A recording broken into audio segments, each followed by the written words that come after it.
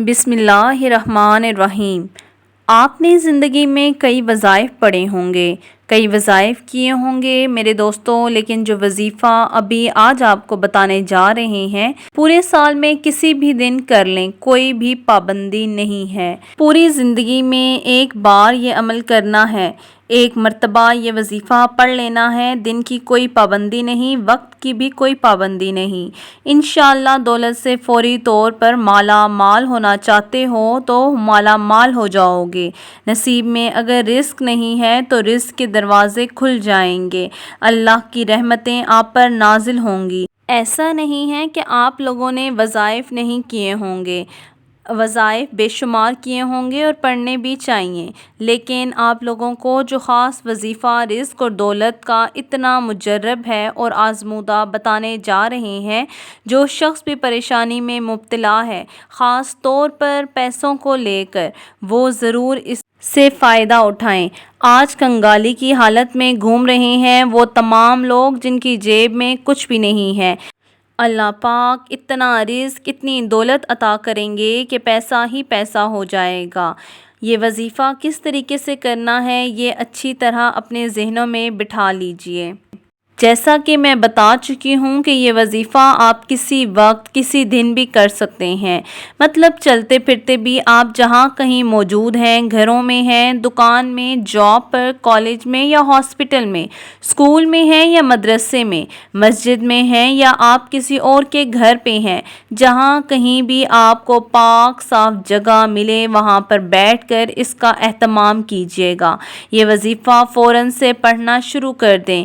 سب سے پہلے جیسا کہ آپ کو معلوم ہوگا کہ جو کوئی بھی وظیفہ پڑھیں تو اول و آخر درود پاک لازمی پڑھا کریں۔ تو یہ وظیفہ جو آپ کو پڑھنا ہے اس سے پہلے آپ کو 3 مرتبہ درود پاک پڑھنا لازمی ہے۔ اب آپ لوگ کہیں گے کہ کون سا درود؟ تو میرے دوستو، آپ لوگوں کو جو آسان درود لگتا ہو وہ یاد کر لیں اور وہ پڑھ لیں، 3 مرتبہ یا 7 مرتبہ۔ سب سے بہتر درود پاک وہ ہے جو درود ابراہیمی ہے۔ جب آپ درود پاک پڑھ لیں تو آپ نے کرنا کیا ہے کہ سورہ فاتحہ پڑھنی ہے۔ کتنی بار پڑھنی ہے یہ آپ کو سب سے اچھی طرح سمجھنا ہے۔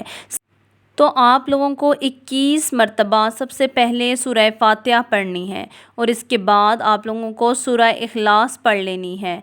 آپ لوگوں کو سورہ اخلاص جو ہے وہ 11 مرتبہ پڑھنی ہے۔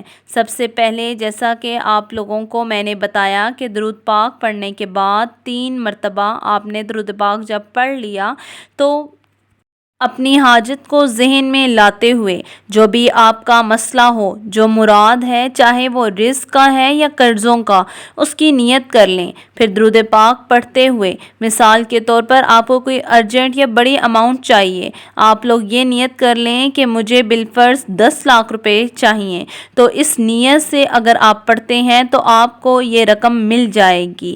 یہ وظیفہ آپ کو جتنی اماؤنٹ چاہیے ہو اس کی نیت کر کے پڑھ سکتے ہیں۔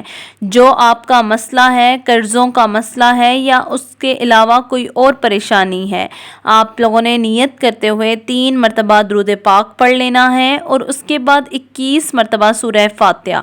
یہ پڑھنے کے بعد 11 مرتبہ سورہ اخلاص پڑھنی ہے۔ اب آپ لوگوں کو سورہ کوثر پڑھنی ہوگی، 21 مرتبہ ہی سورہ کوثر پڑھ لینی ہے اور اس کے بعد 11 مرتبہ استغفر اللہ استغفر اللہ استغفر اللہ استغفر اللہ ہاتھوں کی انگلیوں کے اوپر گنتے ہوئے پڑھ لینا ہے۔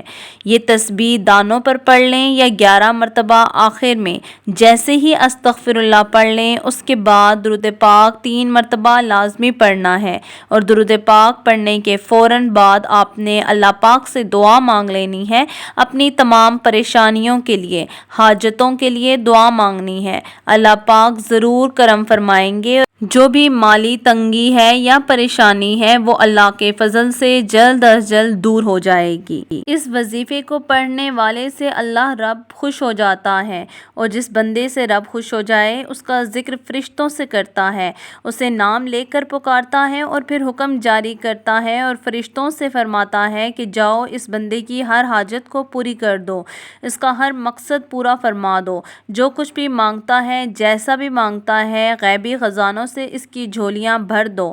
اللہ والو، جب رب کی ذات تم کو دینے کے لیے تیار ہے تو پھر تم لوگ لینے سے کیوں انکار کرتے ہو؟ جب بھی آپ یہ وظیفہ کر رہے ہوں تو یاد رکھیے گا، اپنی نیت، اپنے مقصد کو ضرور ذہن میں لائیے گا۔ اس وظیفے کو کریں، اللہ پاک اپنے پیارے حبیب صلی اللہ علیہ وآلہ وسلم کے صدقے آپ کی تمام جائز حاجات کو قبول و منظور فرمائے گا۔ رکھیے گا، جب یہ آپ عمل کر لیتے ہیں، یہ وظیفہ کر لیتے ہیں تو سجدے میں جا کر اپنے رب سے مانگ لیجئے۔